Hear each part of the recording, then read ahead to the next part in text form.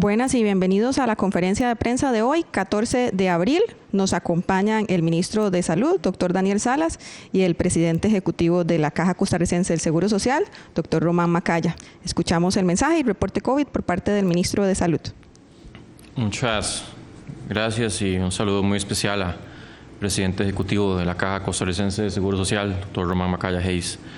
Y a todos los que están sintonizándonos también un saludo y gracias por darle seguimiento a ese tema tan importante, especialmente para reforzar las medidas que tenemos que estar tomando en medio de una pandemia como lo es el COVID-19.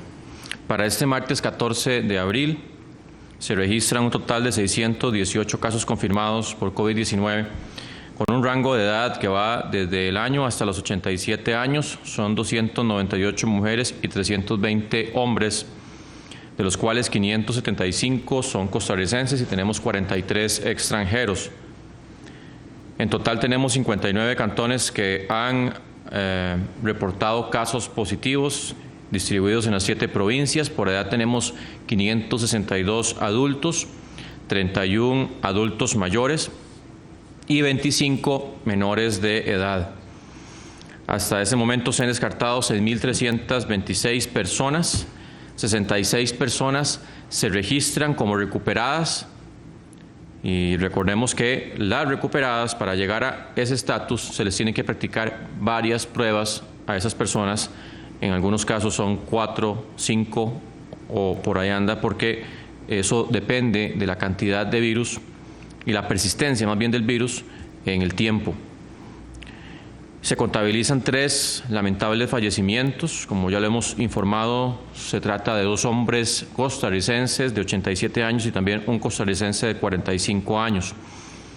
Tenemos 19 personas que se encuentran hospitalizadas, 13 de ellas se encuentran en cuidados intensivos con un rango de edad que va desde los 35 hasta los 85 años.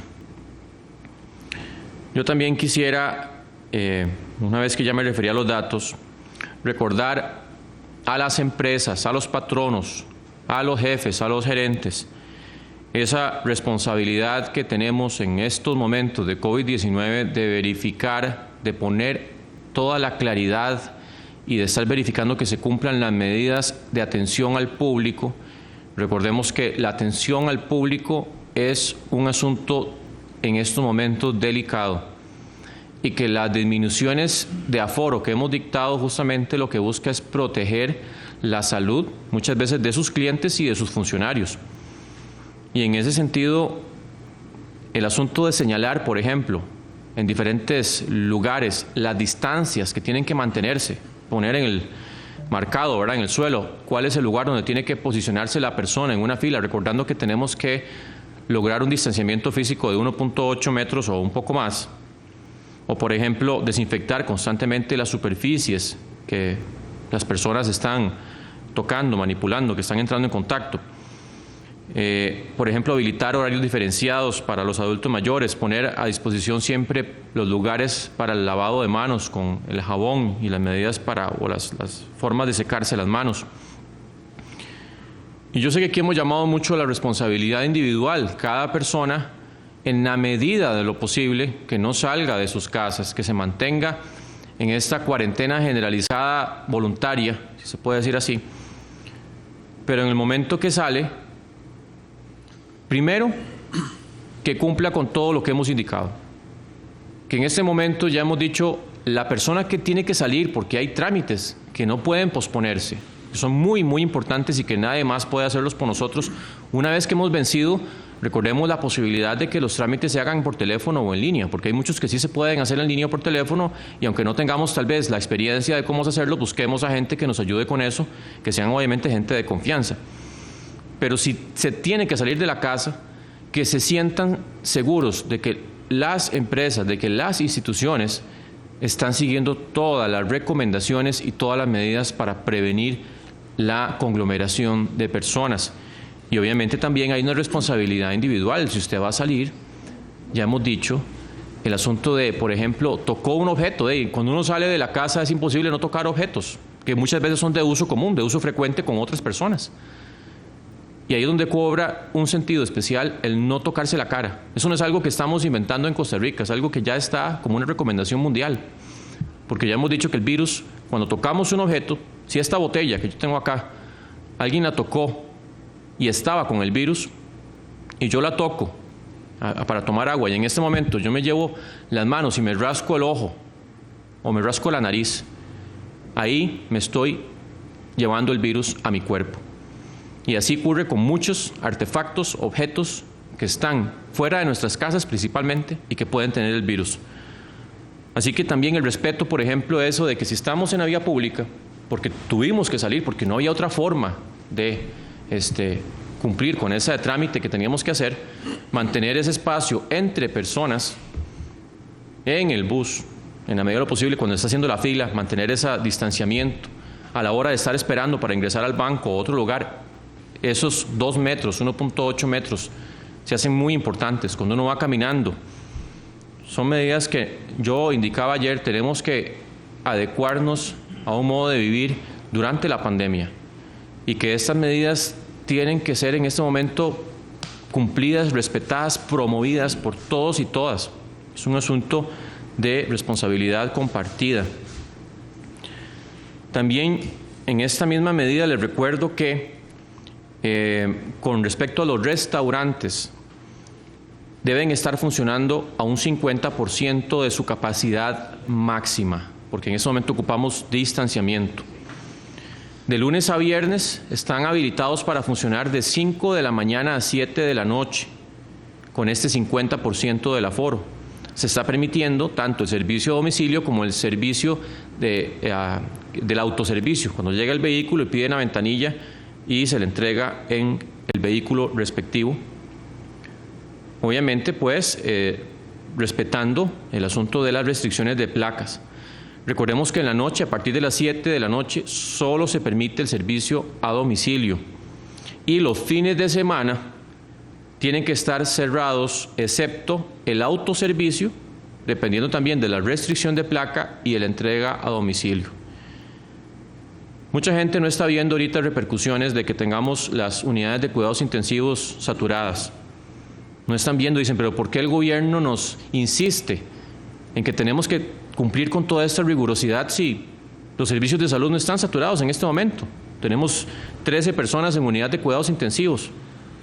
Vean, ya lo hemos dicho, en países donde pensaban que todo estaba bien, en pocos días empezaron a haber un aumento súbito y constante de casos, y cuando se dieron cuenta, se escapó. Fue como un globo que soltaron, que lo tenían bien agarrado y lo soltaron, y cuando se dieron cuenta ya estaba muy, muy alto y ya no podían alcanzarlo.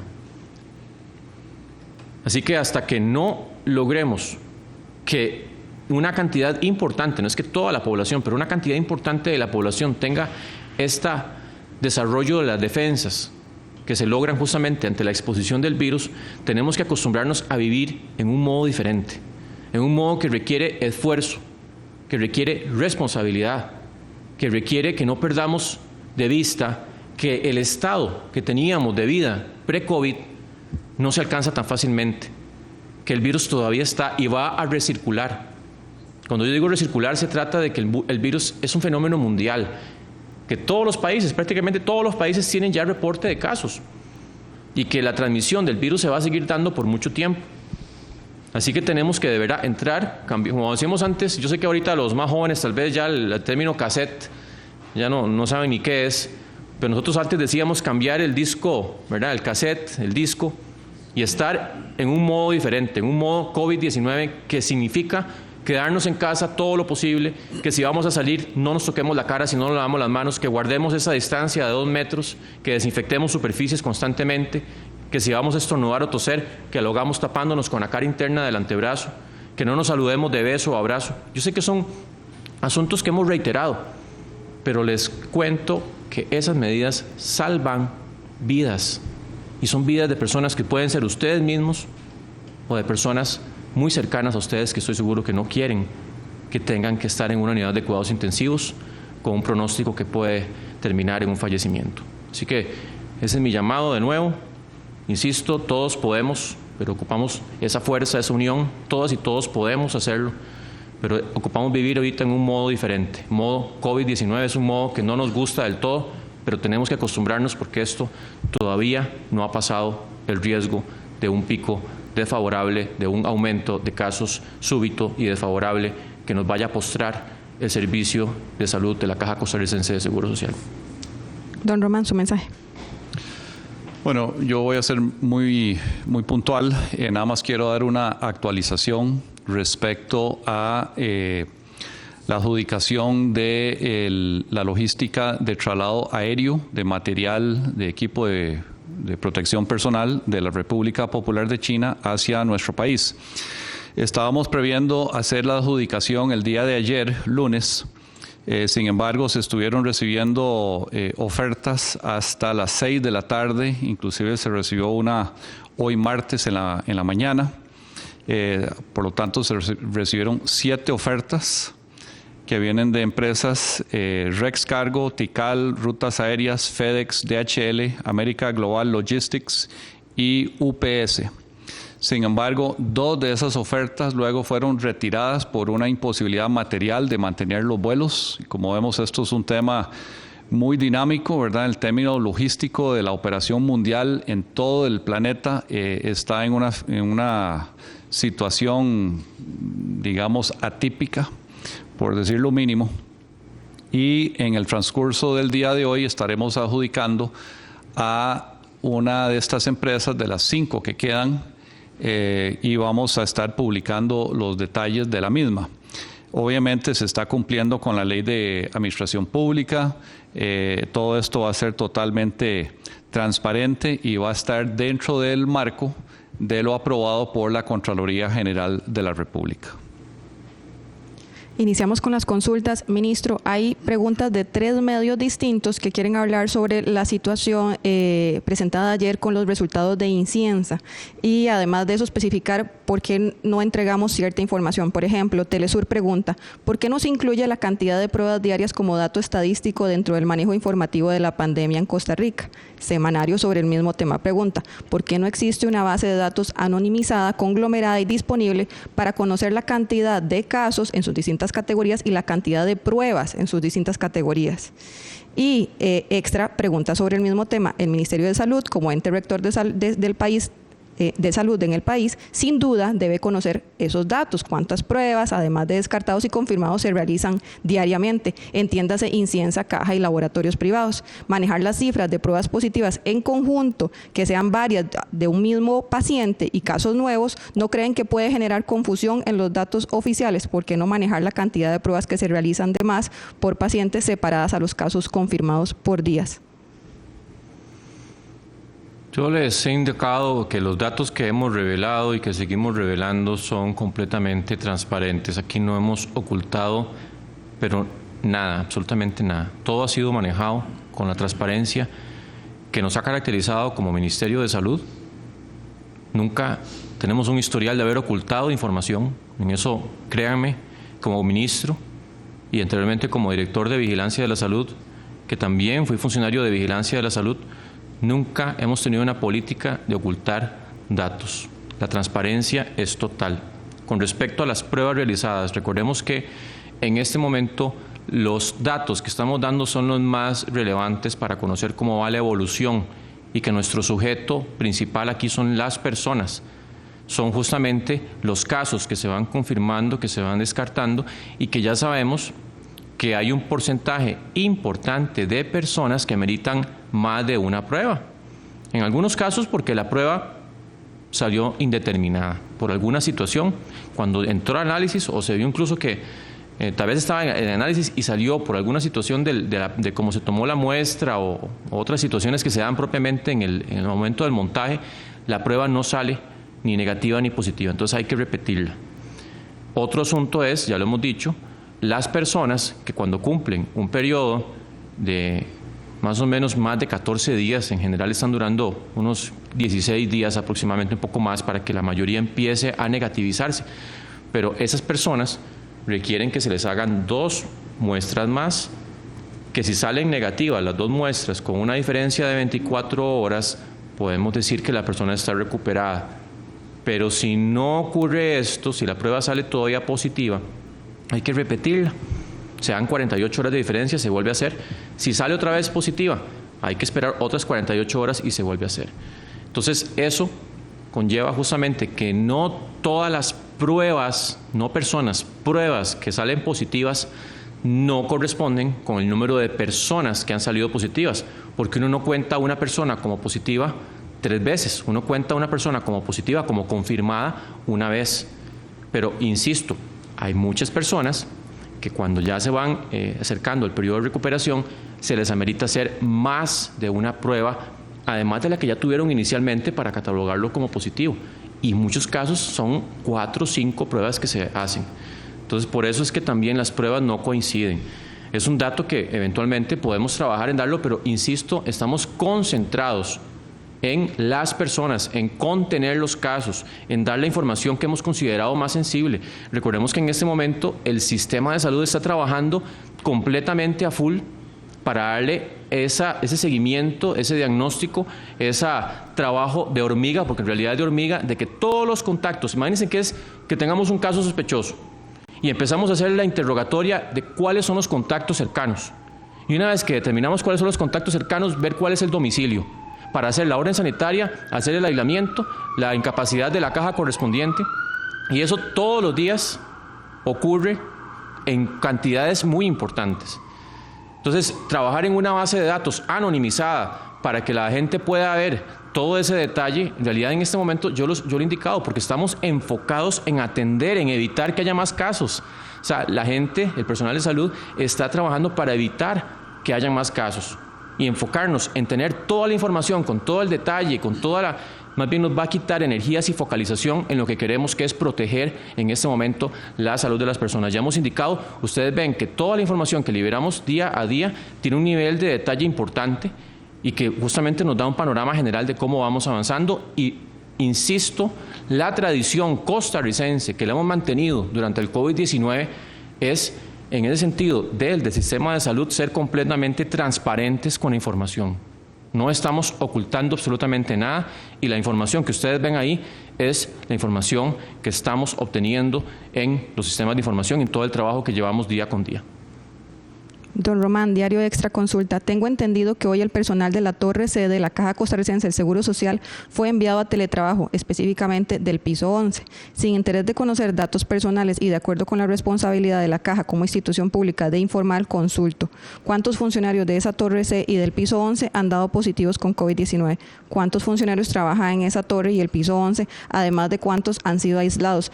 El doctor Macaya y otros gerentes han estado en esa torre recientemente. ¿Alguno seguirá protocolo de aislamiento? Bueno, como muchos recordarán, la Caja Costarricense de Seguro Social está en un proceso de actualizar el código sísmico del edificio que se encuentra, que todos conocemos, sobre la avenida Segunda. Y entonces se está alquilando 2 edificios, 2 torres, donde mucho de la cúpula, digamos, gerencial se ubica, además de otros edificios a lo largo de la capital. En el piso 11 de ese edificio hay un call center. O sea, ese edificio no está dedicado 100% a oficinas de la Caja. Hay otras empresas e instituciones que están en el mismo edificio. En el call center, que es el que está en el piso 11, se han dado 31 casos positivos. Pero ningún funcionario de la Caja trabaja en el piso 11. Sin embargo, desde el 9 de marzo se giró un oficio para que las personas de la Caja comenzaran a realizar teletrabajo. Y un gran porcentaje de la población de la Caja en ese edificio ya estaba haciendo teletrabajo antes de que se dieran estos casos.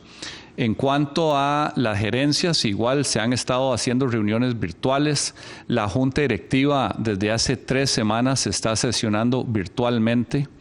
Y en casos donde hay sospecha, donde hay síntomas, se han hecho las pruebas. Un par de compañeras tuvieron síntomas, se le hicieron las pruebas y salieron negativas.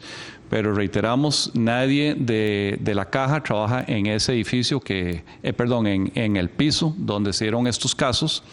y se han tomado las medidas de teletrabajo. Y ahora que estamos en este proceso, pues estamos haciendo medidas cautelares como una limpieza exhaustiva del edificio por un asunto precautorio, especialmente los elevadores, zonas comunes, etcétera.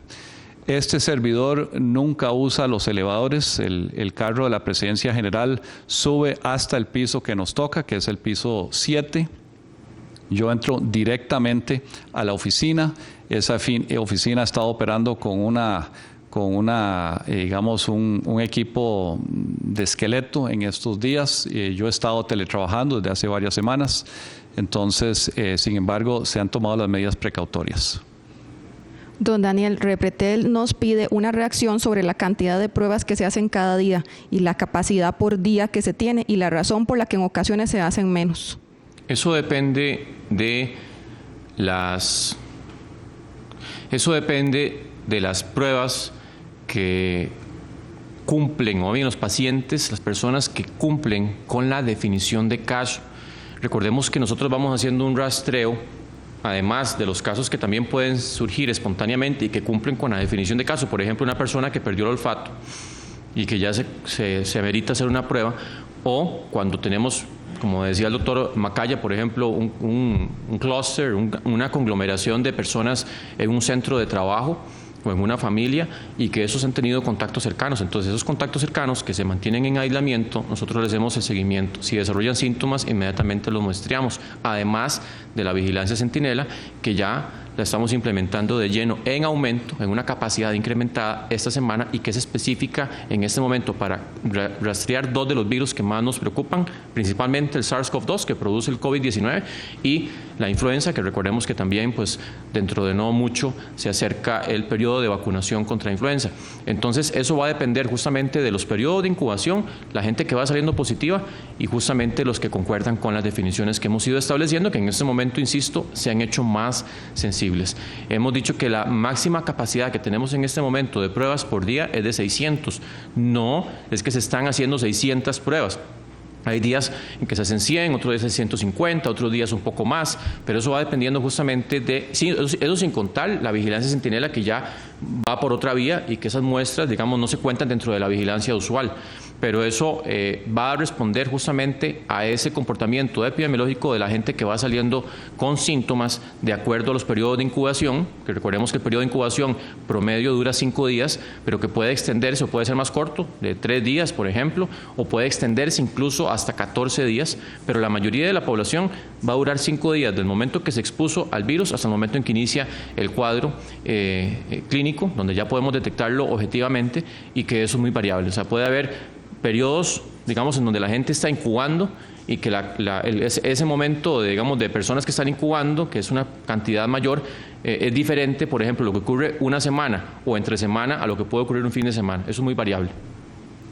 Monumental consulta, don Román. Hace 2 semanas el doctor Macaya informó que ya se había brindado atención psicológica a 900 funcionarios de salud por estrés, temor, culpa relacionados al COVID-19. ¿Cuál es la cifra actualizada y si de las atenciones mencionadas algún funcionario requirió incapacidad médica?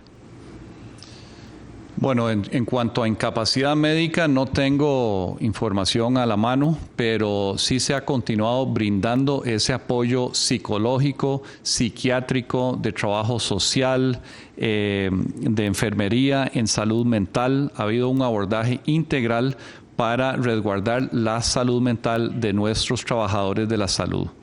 Recordemos que hay muchas personas que tienen niveles de estrés o de temor altos, hay ansiedad y queremos abordar no solo la salud física, sino la salud mental.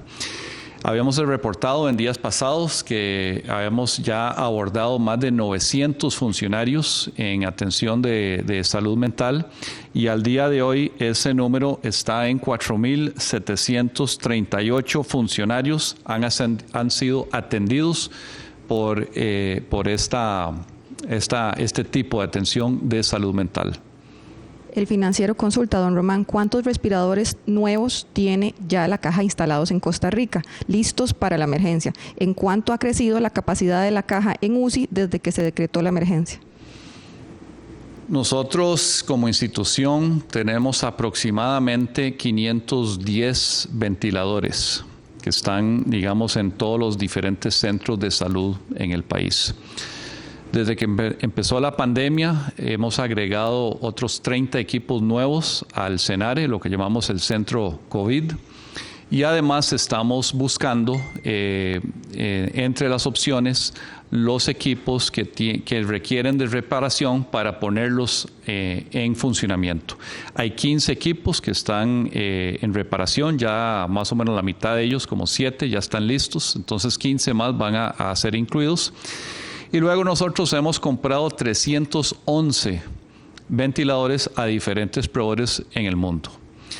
Como hemos mencionado muchas veces, la logística y los tiempos de entrega, esto es un tema que no está funcionando normalmente a nivel mundial. Han habido atrasos en las entregas de nuevos equipos. Algunos sí están manteniendo sus compromisos. Esperamos tener otros 30 ventiladores que estarán ingresando, esperamos en unos 10 días. Pero hay muchos más que están con tiempos de entrega de más o menos 2 meses. Y esto es algo que tenemos que darle seguimiento en el día a día. Y obviamente están fuera de nuestras fronteras, están en diferentes países, no todos en un solo país, y algunos en países que ya están cerrando fronteras a la exportación. Y por eso hemos hecho ese llamado patriótico y digamos, de reflexión de lo que está pasando en el mundo, de que tenemos que buscar autoabastecernos en la medida de lo posible, incluyendo hasta en equipo de ventilación, aunque sea equipo básico. Turrialba Digital consulta, ministro Salas, ¿podrían las instituciones públicas utilizar el último dígito de la cédula para atender a las personas que van físicamente a hacer trámites? Bueno, esa es una medida que se puede analizar y contemplar. Yo ayer hicimos un llamado muy vehemente a la población y lo seguimos haciendo. O sea, este llamado, mientras tengamos la pandemia, no podemos dejar de hacerlo, de mantengámonos en casa en la medida de lo posible, y si tenemos que salir, distanciamiento físico es muy, muy importante. Pero de acuerdo justamente a las curvas, como se van comportando, los casos nuevos que vamos teniendo, las personas que lamentablemente ingresan a unidades de cuidados intensivos, que les aseguro que quisiéramos que no hubiera más, pero sí van a haber más. Lo que no queremos es que sean muchas más, y eso está en la mano de todos nosotros, al alcance de todos nosotros. Son medidas que se pueden eventualmente ir contemplando. Don Román, La Voz de la Pampa y el Sur consulta, entre los hospitalizados hay indigentes. ¿Los positivos que no necesiten internamiento, hay algún lugar para su cuidado o serían los mismos que tiene la municipalidad para el aseo y descanso de ellos? La caja se encarga de las personas que requieren atención médica. Si un indigente requiere de hospitalización, se le va a atender, se va a hospitalizar. Si requiere de cuidados intensivos, igual se le va a dar ese nivel de atención. Entonces, cualquier persona que requiera de esa salud especializada o de hospitalaria, la caja está ahí para atenderla. Personas que son positivas pero que no requieren de hospitalización ya son de resorte de otras instituciones y hay que darle una solución, sean migrantes, sean adultos mayores, sean gente de calle. Estos ya son temas que se están abordando a nivel nacional para poder aislar a esas personas en condiciones adecuadas, a pesar de que no tienen síntomas graves, están cursando la enfermedad, tal vez hasta asintomáticos. La caja siempre estará lista para atenderlos en el momento que requieran de hospitalización. Agencia China de Noticias consulta, ministro Salas, ¿qué medidas se van a tomar para la atención de los efectos que tiene esta pandemia y la recesión económica en la salud mental de las y los costarricenses? ¿Se va a aumentar el presupuesto de la Secretaría General de Salud Mental? Tenemos desde prácticamente desde que se instauró, se declaró la alerta amarilla y se puso en funcionamiento el COE, en la mesa de salud hay una submesa de trabajo que se encarga de salud mental. Ahí tenemos expertos, han estado trabajando en guías con diferentes instituciones y entidades que apoyan el tema de la atención y prevención en salud mental, y eso ya se ha estado abordando desde un inicio. Y todos los días se están incorporando nuevos elementos para fortalecer la gestión de esa mesa y veremos justamente si fuera que hace falta algún presupuesto adicional en ese tema. Puro Periodismo consulta, don Román, ante la emergencia financiera que se le viene a la caja por esta pandemia, ¿cuál es una estimación inicial que tiene de la merma inmediata en ingresos usuales y cuáles medidas esenciales de contención del gasto valoran y por cuánto tiempo para evitar un colapso institucional? Bueno, estamos digamos, en las primeras etapas de lo que son las consecuencias económicas de esta pandemia sobre no solo el país, sino sobre la institución, la Caja. Todavía no tenemos los datos duros de la merma en ingresos reales de reducción de cuotas obrero-patronales. Eso lo veremos entre el 15 y el 20 de este mes, o sea, empezando desde mañana hasta el 20, que es cuando se paga lo del mes anterior en marzo. Que recordemos, marzo fue cuando se dio el primer caso y es cuando comenzaron todas las secuelas de esta pandemia. Han habido escenarios que se han presentado en Junta Directiva, tanto del seguro de enfermedad como del seguro de pensiones. Varían con números dependiendo del escenario. En el seguro de enfermedad estamos hablando de reducción de ingresos e impacto económico entre los 190.000 millones a 303.000 millones, y en pensiones, que tiene otra metodología, porque la primera es en los próximos 6 meses y la segunda, que es de pensiones, es en lo que resta del año hasta diciembre. Hay escenarios que nos llevan hasta contemplar reducciones de 417.000 millones. Pero esos son escenarios, no están basados todavía en datos duros, concretos, de cómo se está comportando realmente los flujos económicos. Eso lo sabremos en pocos días, por lo menos los del primer mes, y seguiremos vigilantes de cómo está afectando una pandemia sanitaria, o sea, una crisis sanitaria en una crisis económica. Pero esto obviamente va a requerir de una conversación, una discusión país, de cómo fortalecemos las finanzas de la institución que está llevando la batuta en la atención de una pandemia, una crisis sanitaria que tiene doble efecto.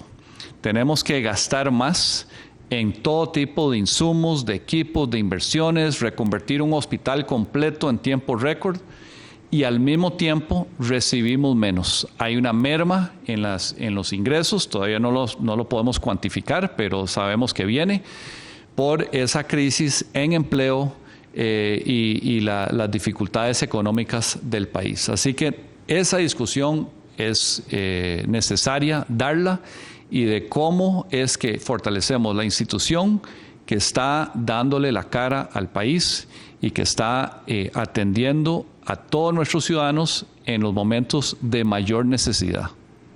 AM Prensa consulta, don Román. Una médico del Calderón Guardia nos reportó que en su traslado en vehículo personal desde el Hospital México al Calderón, un oficial de tránsito la interceptó por restricción vehicular. Ella presentó una carta que le permite circular durante sus horas laborales y el oficial dijo, según cuenta, que le haría un parte por tener Waze en su celular o que llegarán a un trato económico mientras le veía las piernas. Ella intempondrá la denuncia ante las autoridades correspondientes, pero ¿cómo garantizan que su personal durante el ejercicio de sus funciones contra el COVID-19 no se verá afectado por esto? ¿Qué puede decir el personal médico en estos casos, además de denunciar? Obviamente, cuando se da estas situaciones, si es que se dan, hay que denunciarlas. Como institución estamos haciendo todo lo posible por coordinar entre las diferentes instituciones, entre la Policía de Tránsito, de que el personal de salud va al ejercicio de sus funciones, que son de las funciones más importantes que podría tener cualquier persona en este momento de una pandemia. Y bueno, son lo que llamaríamos chascos del oficio, pero tenemos que tratar de ser comprensivos, en el sentido de que estas personas tienen que llegar a sus lugares de trabajo a tiempo para atender a los usuarios. Seguimos con las consultas. El observador pregunta, ministro Salas, tras el malestar que mostró ayer el ministro por la cantidad de personas en las calles y el uso de servicios públicos que incluso implicaron el cierre de un banco, el gobierno ya definió cuáles serían esas nuevas medidas restrictivas para los ciudadanos en general y para la atención del público en oficinas. Bien, esto es como un ajedrez. Uno tiene que ver cómo está la respuesta de la población y qué movimientos se van haciendo directamente del gobierno. No estamos diciendo que el comportamiento que se vio ayer ya es una tendencia. Yo quiero en eso, por eso es que justamente hicimos ese llamado, porque sabemos que hay una capacidad de entendimiento, de raciocinio, de no esperar a que tengamos la cantidad de muertes y de personas graves colapsando los servicios, sino que podemos apelar a que, yo sé que el asunto aquí es que mucha gente piensa que ya el asunto pasó, que después de Semana Santa era como el punto máximo y que ya, pues, después de eso ya no va a pasar nada. Insisto, todavía estamos en un riesgo de que ocurra un escenario de un aumento importante de casos y de personas graves que van a colapsar los servicios. Entonces, nosotros estamos siempre haciendo esa valoración, casos, comportamiento social y las medidas que se van implementando. Y ustedes ven que hemos manejado un amplio rango de medidas que algunas veces se han ido generalmente recrudeciendo, otras se han ido modificando un poco para permitir algunas actividades, pero eso solamente lo puede decir justamente la conjunción de esos tres escenarios. También consulta al observador. El 11 de abril hubo 13 personas en cuidados intensivos por COVID-19. El 12 y el 13 de abril hubo 14. En total, ¿cuántas personas hasta este momento han abandonado una sala de cuidados intensivos exitosamente? ¿Han habido casos que salen y vuelven a caer en UCI? No hemos tenido ningún caso que reincida en una unidad de cuidados intensivos. En total se han registrado 21 casos que han estado internados en una unidad de cuidados intensivos y de esos 2 personas han fallecido y 6 han logrado egresar justamente en condición vivos. Tal vez quisiera agregar una buena noticia, aunque se compensa con otra, que es que entre ayer y hoy salió una persona de cuidados intensivos. No salió todavía del hospital, pero ya no está en la unidad de cuidados intensivos, está en una sala hospitalaria, por lo cual ya no está tan delicada esa persona. Por otro lado, se está trasladando a un paciente del SENARE a cuidados intensivos. Entonces, cuidados intensivos se va a mantener en 13 personas al día de hoy. Y esa persona del SENARE se está trasladando porque recordemos que el SENARE está diseñado para atender una complejidad media. Si alguien evoluciona más allá de esa complejidad media, entonces se le traslada a las unidades de cuidados intensivos. Punto noticioso, consulta, don Román. ¿Qué tiene que mejorar la caja ante el coronavirus? ¿Cuánto depende del gobierno, de la Asamblea Legislativa y del mercado? Bueno, el tema logístico no es algo que está totalmente dentro de las manos de la caja, pero ha sido uno de los grandes retos en esta pandemia. Esa convulsión de las operaciones logísticas del mundo, de una sobredemanda sobre la oferta que está disponible, una saturación de pedidos en las fábricas del mundo y una inexistencia de suministro local en muchos insumos de los que requiere la caja. Eso es algo que tenemos que discutir una vez que pasemos de esta pandemia, pero igual estamos haciendo todos los esfuerzos a motivar la producción local de lo que se pueda producir localmente, insumos y equipos que se requieren para atender esta pandemia. También vamos a tener que, como mencionaba anteriormente, hablar de las finanzas de la caja y tener una mayor robustez en las finanzas y tal vez inclusive hablar de diversificación de ingresos para que no tengamos estos efectos tan fuertes cuando hay una reducción de empleo drástica por una crisis como esta. Don Román, pregunta Multimedios. ¿Cuánto del presupuesto de emergencias gastó ya la institución para atender la emergencia por COVID-19? Y también si están valorando ya hacer uso del presupuesto adicional de 20.000 millones de colones que disponía la caja. Sí, la caja tiene un fondo de contingencias para este tipo de emergencias de 45.000 millones de colones. Eso se puso en la práctica de la atención de esta pandemia.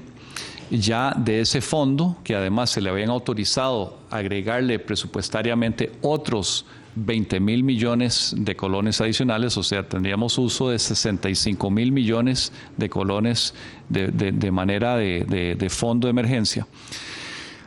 Al día de ayer ya se habían gastado 28.305 millones de colones de esos 65.000 millones disponibles, con lo cual tendríamos todavía disponible del fondo 36.694 millones, más o menos. También hay que recordar que el resto del presupuesto de la caja, si bien está aprobado y bueno, ahí se va ejecutando, ya mucho de ese presupuesto, que mucho es un gasto fijo en salarios, en gastos que son fijos de la operación de un hospital, de un EVAIS, un área de salud, están enfocados a la atención de la pandemia. O sea, estamos dejando de atender muchas otras patologías, mucho de lo que es programable lo estamos dejando para después, aunque mucho no es reprogramable, servicios como quimioterapia y ese tipo de servicios tienen que mantenerse abiertos, pero entonces mucho del presupuesto ordinario también se está enfocando en esta pandemia, por lo cual la lección aprendida, las pandemias son carísimas y tenemos que hablar de cómo se atienden en el futuro. Pero por ahora ese es el impacto que está teniendo esta sobre las finanzas de la caja, sin haber entrado en lo que va a ser la cuantificación de la reducción en ingresos y el incremento en gastos una vez que todo esto termine. El Guardián consulta, ministro Salas, ¿todos los confirmados por COVID-19 son fruto de los análisis de Inciensa? ¿Cuántos casos han reportado los laboratorios privados autorizados u hospitales de la red de la caja? Cuando empezamos a hacer la vigilancia o el diagnóstico más bien por COVID-19, lo hacíamos solamente en Inciensa. Inciensa progresivamente ha tomado un rol en este momento más de los casos que salen indeterminados, que yo les decía anteriormente por X o Y no se logran confirmar o descartar. Entonces Inciensa asume esas muestras nuevas y hace los análisis. También Inciensa se ha dedicado en las últimas semanas por lineamiento a hacer todos las pruebas confirmatorias que se requieren para descartar ya una persona, más bien decir que la persona se ha dado de alta o se ha recuperado. Entonces, en ese sentido, Inciensa y Caja, pues ya en este momento Caja está asumiendo un rol mucho más activo en lo que es el diagnóstico inicial propiamente. El Inciensa está haciendo un rol más para pruebas de dar de alta a la persona y de análisis de pruebas que se llaman pruebas confirmatorias, que es cuando no hay una claridad inicial en el resultado. Y claro que a nivel privado, pues también hemos estado teniendo todos los reportes que ya rondan los 517. Al momento de hoy tenemos 23 positivos que se han diagnosticado en la red privada. Y yo quiero aquí indicar, no es que el dato de las pruebas no lo tenemos. O sea, en este momento ya tenemos un total de un poquito más de 8.300 pruebas realizadas. Pero el dato simplemente no lo hemos estado desglosando, pero el dato claro que está a disponibilidad y es un dato que en cualquier momento lo podemos estar aportando. Perdón, 8.700 pruebas realizadas hasta la fecha. Don Román, Repretel consulta, cerca de 700 internos no residentes enviaron una carta al CENDEIS para que los puedan incluir en los hospitales el 26 de mayo. Ellos indican que su único interés como personal de salud es ayudar en la emergencia. ¿Cuál es la respuesta de la caja? Bueno, no tengo conocimiento de que haya esta expresión de interés de los internos universitarios. Recordemos que en este momento está suspendida la docencia dentro de los hospitales de la caja. Los internos no son funcionarios de la caja y por un tema de responsabilidad es que se suspendieron los servicios o las actividades de docencia dentro de la institución. Pero voy a estar hablando con el director del CENDEIS para ver si ha recibido ya esta solicitud y ver cómo le respondemos. Continuamos con las consultas. El semanario Universidad pregunta, ministro Salas, la OPS pidió que las medidas de distanciamiento social se extremen en el momento en que aparezca la transmisión comunitaria.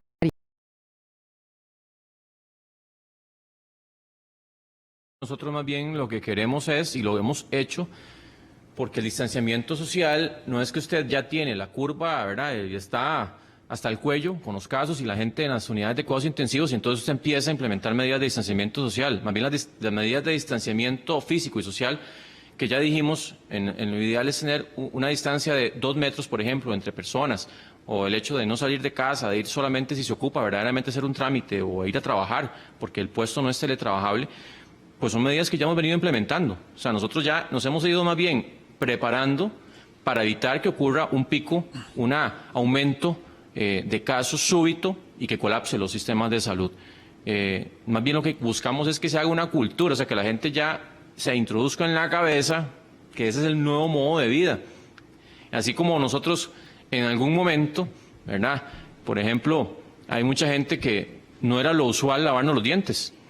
Hace muchos años la gente no se lavaba los dientes y se les caían los dientes montones, tenían miles de caries, ¿verdad? Montones.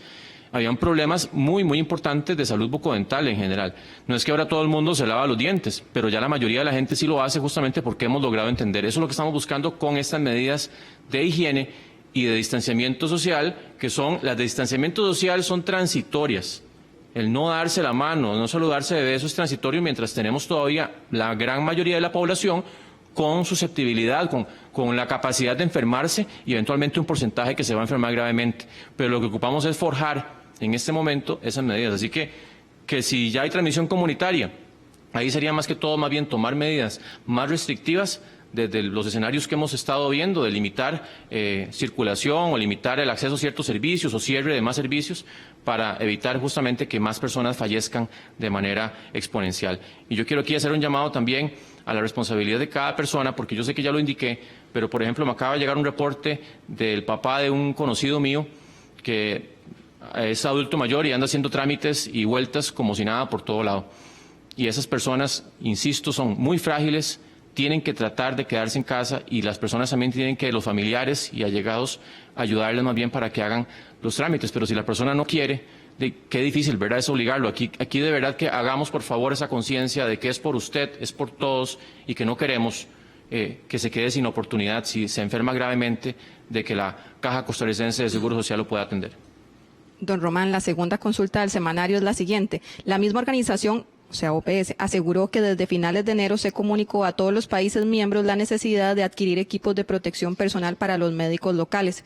¿Se realizó alguna gestión en esos meses previos a la llegada del COVID al país? Nuestra gerencia logística está en una compra permanente de insumos de todo tipo. Aquí hay inversiones en equipo duradero, camas, monitores, ventiladores, equipos de rayos X portátil y digamos insumos consumibles como los kits de diagnóstico, como el equipo de protección personal. Eso es algo constante. El problema no es la falta de pedidos, el problema es la falta de entregas. Y por eso reiteramos, el mundo logístico en este momento no está operando normalmente. Por eso, de nuevo, el llamado, la motivación a la producción nacional en muchos de estos equipos. Hay muchas personas que llegan a acercarse ofreciendo productos y todos son considerados para ver qué inventarios tienen o qué posibilidades reales hay de entrega en el corto plazo. Porque de nada nos sirve comprar algo que se va a entregar a final de año. Seguimos con las consultas. Medios regionales, ministro Salas, nos preguntan por qué es que en las estadísticas que se dan diariamente no se descuentan los casos ya recuperados o los casos de los fallecidos del total de confirmados, o no se eliminan, por ejemplo, los cantones donde ya la persona está recuperada. Eso no se hace. En realidad no hay ningún lineamiento que recomiende la OMS ni ninguna epidemia se hace. Siempre los casos que son la curva de casos acumulados, ahí van todos los confirmados que se han reportado a lo largo del tiempo. AmeliaReda.com pregunta, ¿cuál es el tiempo estimado de recuperación en personas enfermas con COVID-19? Ministro Salas. La OMS ha establecido que son 14 días el tiempo mínimo para que ya se proceda con las tomas de las muestras para procesamiento y ver si sale positivo o negativo. En Costa Rica estamos teniendo una experiencia que, en general, un porcentaje cercano al 85%, dura más de 14 días. Estamos durando posiblemente 16, 17 días, en algunos casos puede ser más, pero ya estamos tomando justamente los ajustes en el lineamiento para hacer las pruebas, no al 14º día, sino más bien al 16º o un poco después. El medio Que Torta, don Román, consulta, ¿cuándo recibirán las mascarillas los anestesistas del Hospital Calderón Guardia para que puedan realizar las intubaciones diarias a pacientes sospechosos o confirmados por COVID-19? Perdón, no le entendí la pregunta. De nuevo, ¿cuándo recibirán las mascarillas los anestesistas del Hospital Calderón Guardia para que puedan realizar las intubaciones diarias a pacientes sospechosos o confirmados por COVID-19? Los intensivistas y el personal que está atendiendo casos positivos o que están digamos, en esa primera línea de atención tienen el equipo. A nosotros no se nos ha agotado el equipo. La razón de traer por vía aérea más equipos no es porque en este momento no estemos en cero, sino porque la proyección es que no duramos suficiente con lo que tenemos de inventario para esperar a que llegue por barco. Pero en la institución no se ha acabado el equipo y a todo el personal que la requiera se le está dando. OLS News pregunta, don Román, ¿cuál es el estado de las compras de los medicamentos para enfermedades crónicas como lo es la hipertensión y la diabetes? ¿Hay desabastecimiento ante la complejidad del mercado para la compra de medicamentos? Sí, bueno, es una muy buena pregunta, porque dentro de esta misma situación mundial de shocks en las cadenas de abastecimiento, por ejemplo, de medicamentos para otras enfermedades que no tienen nada que ver con COVID-19, estamos hablando de hipertensión, diabetes, etcétera, enfermedades crónicas.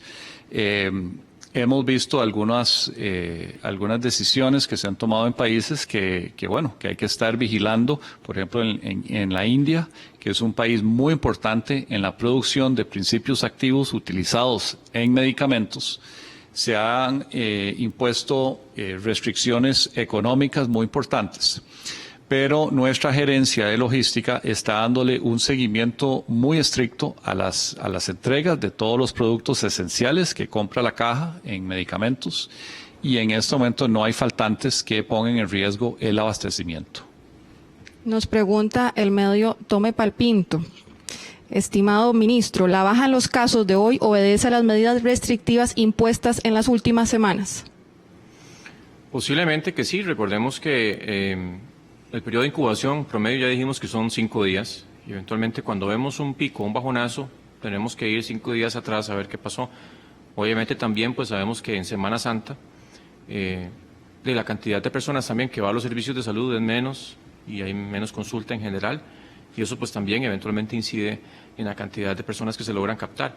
Pero nosotros independientemente recordemos que hemos estado haciendo un seguimiento muy cercano de todos los contactos cercanos y de los pacientes que son sospechosos, que pueden en algún momento ya convertirse como positivos, para hacer todo el despliegue epidemiológico del muestreo ampliado, si es que ya, por ejemplo, una persona sale con síntomas y que estaba catalogado, por ejemplo, como caso más bien un contacto cercano de un caso ya confirmado o sospechoso. Don Román, su mensaje final. Bueno, yo sé que sueno como un disco rayado, que es en casa. Esto no termina.